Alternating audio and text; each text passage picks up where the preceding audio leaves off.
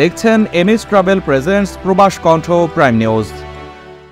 Malaysia এক প্রবাসী বাংলাদেশি ব্যবসায়ী গত মাসে ১২ বছরের সৎ মেয়েকে ধর্ষণের অভিযোগে আজ পেরাকের ইপোহ দায়রা আদালতে অভিযুক্ত হয়েছে।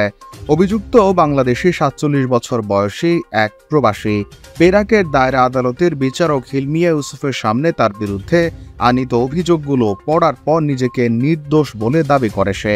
মামলার চার্জশিটে বলা হয়েছে, গত ২৩ জুন দুপুর ১টায় ইপোহ শহরের একটি বাড়িতে এই জঘন্যতম কাজ করার অভিযোগে অভিযুক্ত করা হয় সেই বাংলাদেশি ব্যক্তিকে। দণ্ডবিধির ৩৭৬ ধারার অধীনে অভিযুক্তের সর্বোচ্চ ৩০ বছরের কারাদণ্ড হতে পারে আদালতে অভিযোগ প্রমাণিত হলে।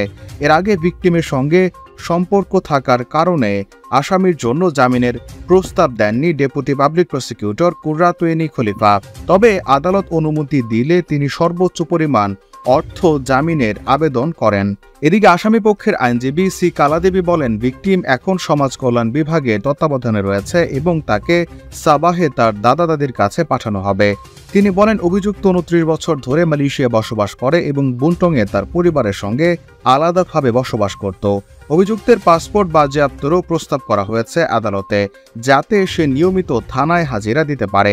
পাসপোর্ট আটকে রাখা হলে তার মক্কেলের সাবাহে গিয়ে ভিকটিমকে হয়রানির কোনো উপায় নেই বলেও জানান আসামির আইনজীবী। মালয়েশিয়া প্রবাসীদের জন্য প্রতিদিন দারুণ সব অফারে বিমান টিকিট দিচ্ছে MH global travels. Dhaka, Kuala Lumpur, Dhaka সহ বিশ্বের যে কোনো গন্তব্যে সুলভ মূল্যে আপনার টিকিটটি পেতে আজই চলে আসুন কেএল মোনোরেল সেন্ট্রাল এর পাশে এনিউ সেন্টার বিল্ডিং এর অপোজিটে, অথবা কল করুন স্ক্রিনে দেওয়া নম্বরে।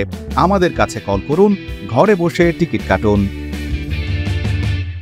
আদালত অভিযুক্তকে অতিরিক্ত শর্তে ১২,০০০ রিঙ্গিতে জামিন দেওয়ার অনুমতি দেয়। মামলা শেষ না হওয়া পর্যন্ত অভিযুক্তকে ভিকটিম এবং প্রসিকিউশনের সাক্ষীদের সঙ্গে যোগাযোগ কিংবা দেখা করার অনুমতি দেওয়া হয়নি।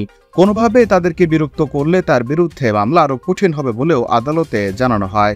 ১২ আগস্ট মামলার পুনরায় শুনানির তারিখ ঘোষণা করা হয়েছে। এদিকে এই ধরনের জঘন্যতম কর্মকাণ্ডে জড়িত বাংলাদেশিদের নিয়ে হতাশা প্রকাশ করেছেন বিশিষ্ট প্রবাসীরা।